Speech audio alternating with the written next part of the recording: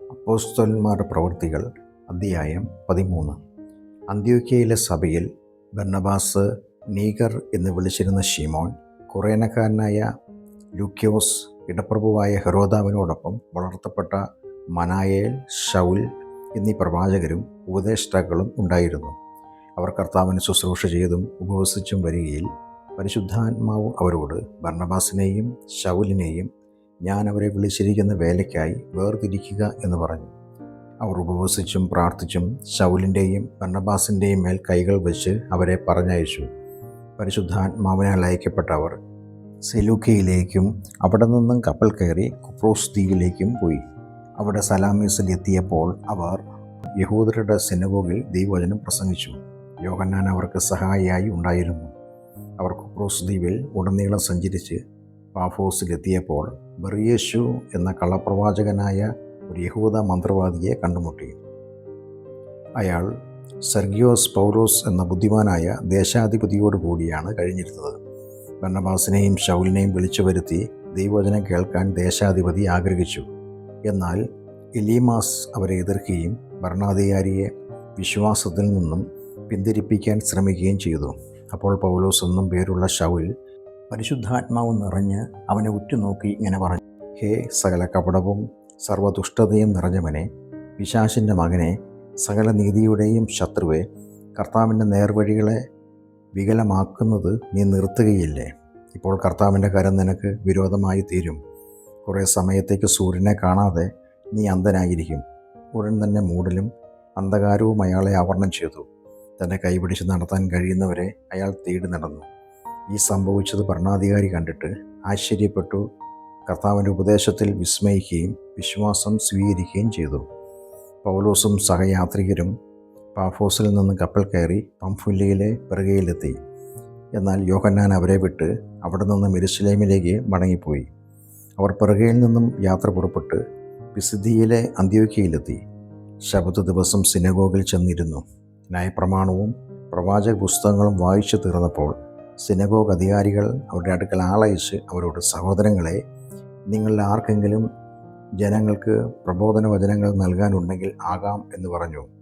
പൗലോസ് എഴുന്നേറ്റ് നിന്ന് ആംഗ്യം കാണിച്ചുകൊണ്ട് ഇപ്രകാരം സംസാരിച്ചു: ഇസ്രായേൽ ജനമേ, ദൈവത്തെ ഭയപ്പെടുന്നവരെ ശ്രദ്ധിക്കുവിൻ. ഇസ്രായേൽ ജനത്തിൻ്റെ ദൈവം നമ്മുടെ പിതാക്കന്മാരെ തിരഞ്ഞെടുത്തു. മിസ്രൈം ദേശത്തിൽ പരദേശികളായിരുന്ന കാലത്ത് അവരെ അവിടുന്ന് വലിയൊരു ജനമാക്കി. അവിടുത്തെ ഉന്നത ഭുജത്താൽ അവരെ ആ ദേശത്തു നിന്നും മോചിപ്പിച്ചു. 40 വർഷത്തോളം മരുഭൂമിയിൽ അവരെ ദൈവം ക്ഷമയോടെ സഹിച്ചു.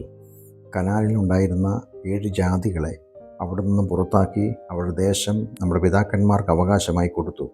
അങ്ങനെ ഏകദേശം 450 വർഷം കഴിഞ്ഞു. അതിനുശേഷം ദൈവം അവർക്ക് ശമൂവേൽ പ്രവാചകൻ വരെയുള്ള ന്യായാധിപതിമാരെ നൽകി. പിന്നെ ജനം ഒരു രാജാവിനെ ആവശ്യപ്പെട്ടു. ദൈവം അവർക്ക് ബെന്യാമീൻ ഗോത്രക്കാരനായ കീശിൻ്റെ മകൻ ശൗലിനെ 40 വർഷത്തേക്ക് രാജാവായി നൽകി. ശൗലിനെ നീക്കം ചെയ്തിട്ട് ദൈവം ദാവീദിനെ അവരുടെ രാജാവായി ഉയർത്തി. ഞാൻ ഈശായുടെ പുത്രനായ ദാവീദിനെ എൻ്റെ ഹൃദയപ്രകാരമുള്ളവനായി കണ്ടിരിക്കുന്നു. അവൻ എൻ്റെ ഹിതമെല്ലാം നിറവേറ്റും എന്ന് സാക്ഷ്യപ്പെടുത്തി. ദൈവം വാഗ്ദത്തം ചെയ്തതുപോലെ ദാവീദിൻ്റെ പിൻതലമുറകളിൽ നിന്നും യേശു എന്ന രക്ഷകനെ ഇസ്രായേൽ ജനത്തിന് നൽകി. യേശു വരുന്നതിന് മുമ്പേ യോഹന്നാൻ ഇസ്രായേൽ ജനത്തോടെല്ലാം മാനസാന്തരത്തിനായുള്ള സ്നാനം പ്രസംഗിച്ചു.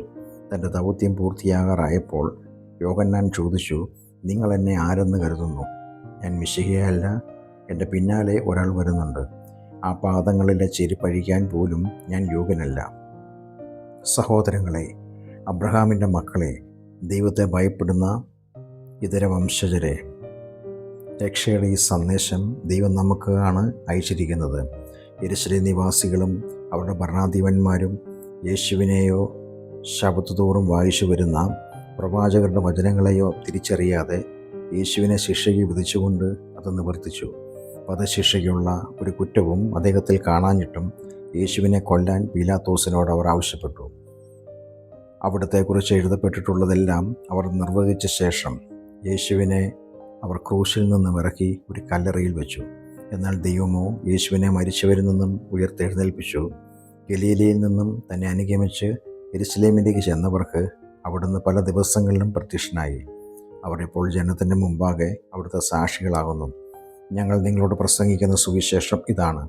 പിതാക്കന്മാർക്ക് നൽകിയിരുന്ന വാഗ്ദാനം യേശുവിനെ ഉയർപ്പിച്ചതിലൂടെ ദൈവം അവരുടെ മക്കളായ നമുക്ക് നിറവേറ്റി തന്നിരിക്കുന്നു. അത് 2-ാം സങ്കീർത്തനത്തിലും എഴുതിയിട്ടുണ്ടല്ലോ. നീ എൻ്റെ പുത്രൻ, ഇന്ന് ഞാൻ നിൻ്റെ പിതാവായി തീർന്നിരിക്കുന്നു. ജീർണാവസ്ഥയിലേക്ക് വീണ്ടും തിരിയാനാവാത്ത വിധം ദൈവം യേശുവിനെ മരിച്ചവരിൽ നിന്നും ഉയർപ്പിച്ചു. അതേക്കുറിച്ച് അവിടുന്ന് ഇങ്ങനെ പറഞ്ഞിരിക്കുന്നു: ദാവീദിന് വാഗ്ദത്തം ചെയ്ത വിശുദ്ധവും ഉറപ്പുള്ളതുമായ അനുഗ്രഹങ്ങൾ ഞാൻ നിങ്ങൾക്ക് നൽകും. മറ്റൊരിടത്ത് ഇങ്ങനെയും പ്രതിപാദിക്കുന്നു: അവിടുത്തെ പരിശുദ്ധന് ജീർണത കാണാൻ അവിടുന്ന് അനുവദിക്കുകയില്ല. ദാവീദ് തൻ്റെ തലമുറയിൽ ദൈവത്തിൻ്റെ ആലോചനയ്ക്ക് ശുശ്രൂഷ ചെയ്ത ശേഷം നിദ്ര പ്രാപിച്ചു, പിതാക്കന്മാരോടൊപ്പം അടക്കപ്പെട്ടു. അദ്ദേഹത്തിൻ്റെ ശരീരം ജീർണിച്ചു പോവുകയും ചെയ്തു. എന്നാൽ ദൈവം ഉയർപ്പിച്ചവനാകട്ടെ ജീർണതയ്ക്ക് വിധേയനായില്ല. അതുകൊണ്ട് സഹോദരങ്ങളെ, നിങ്ങളിത് അറിഞ്ഞുകൊള്ളുക. യേശുവിലൂടെ പാപക്ഷമ നിങ്ങൾക്ക് പ്രഘോഷിക്കപ്പെട്ടിരിക്കുന്നു.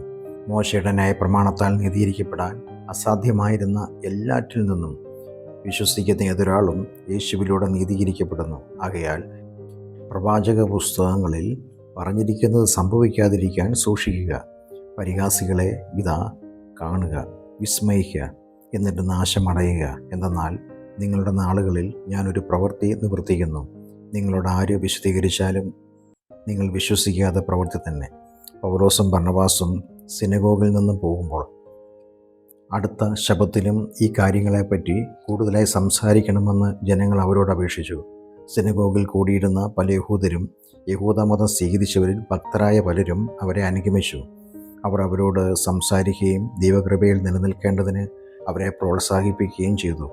പിറ്റേ ശബ്ബത്തിൽ പട്ടണവാസികൾ ഏതാണ്ട് എല്ലാവരും തന്നെ ദൈവവചനം കേൾക്കാൻ വന്നുകൂടി. ജനക്കൂട്ടത്തെ കണ്ട അസൂയ പൂണ്ട യഹൂദർ പൗലോസ് പറഞ്ഞതിനെ എതിർക്കുകയും അദ്ദേഹത്തെ ദൂഷിച്ച് സംസാരിക്കുകയും ചെയ്തു. പൗലോസും ബർന്നബാസും ധൈര്യപൂർവ്വം ഇങ്ങനെ പറഞ്ഞു: ദൈവവചനം ആദ്യം നിങ്ങളോട് പ്രസംഗിക്കുക ആവശ്യമായിരുന്നു. എന്നാൽ നിങ്ങളത് നിരാകരിക്കയാൽ നിത്യജീവന് നിങ്ങൾ അയോഗ്യരെന്ന് തെളിയിച്ചിരിക്കുന്നു. അതുകൊണ്ട് ഞങ്ങളിപ്പോൾ വിജാതീയരിലേക്ക് തിരിയുന്നു. ഭൂമിയുടെ അതിരുകൾ വരെ രക്ഷ എത്തിക്കേണ്ടതിന് ഞാൻ നിന്നെ വിജാതീയർക്ക് ഒരു വെളിച്ചമാക്കി വച്ചിരിക്കുന്നു എന്ന് കർത്താവ് ഞങ്ങളോട് കൽപ്പിച്ചിട്ടുണ്ട്. ഇത് കേട്ടപ്പോൾ വിജാതീയർ ആനന്ദിച്ച് കർത്താവിൻ്റെ വചനത്തെ പ്രകീർത്തിച്ചു. നിത്യജീവന് വേണ്ടി നിയമിക്കപ്പെട്ട അനേകം ആളുകൾ ക്രിസ്തുവിൽ വിശ്വസിച്ചു. കർത്താവിൻ്റെ വചനം ആ നാട്ടിലെങ്ങും പ്രചരിച്ചു. എന്നാൽ യഹൂദർ ഭക്തിയുള്ള സകല സ്ത്രീകളെയും പട്ടണത്തിലെ പ്രധാനികളെയും പ്രകോപിപ്പിച്ച് പൗലോസിനും ബർന്നബാസിനും എതിരെ ഉപദ്രവമുണ്ടാക്കി.